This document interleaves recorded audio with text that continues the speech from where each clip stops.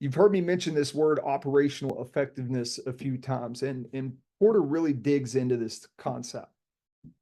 He explains, as you see here on the slide, that it's the path to improving performance, getting better at what we do. As contractors, we all aim to improve our activities, and that's important work, but it's not strategy. Porter wants us to extend this thinking to strategic positioning. If you want long-term, sustainable competitive advantage, it's about profitability and sustainability. You need to build a position that's super hard for others to copy. That's what gives you a competitive advantage. To outperform your competitors, you have to do different activities than they do. Now, I understand the challenge. We're all in the construction business.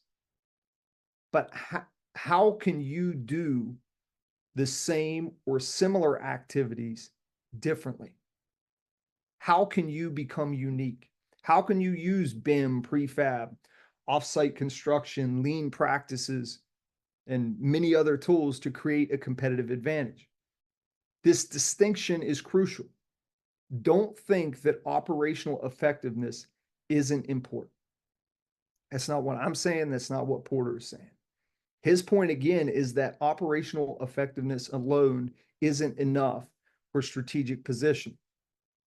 As the slide says, it is necessary, but not sufficient. And I hope that makes sense. We certainly want to try to get better, but that's not a strategy. And that's not going to lead to a true competitive advantage.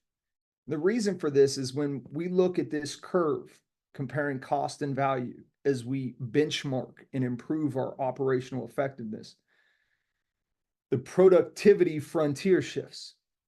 This means our costs go down, our value increases, which is awesome.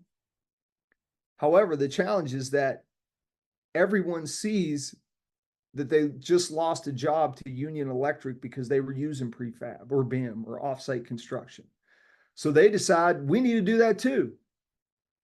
But this leads to what Porter calls convergence, where everyone pushes that productivity curve out. And the problem is it doesn't lead to more profit.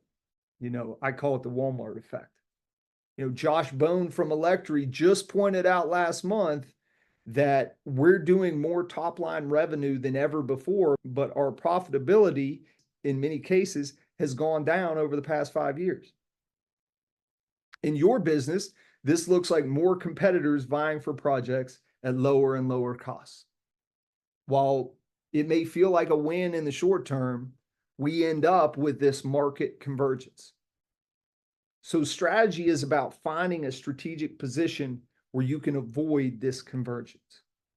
You have to become distinctive, have a competitive advantage, and ultimately be able to charge more for your services and your products without getting caught in the red ocean.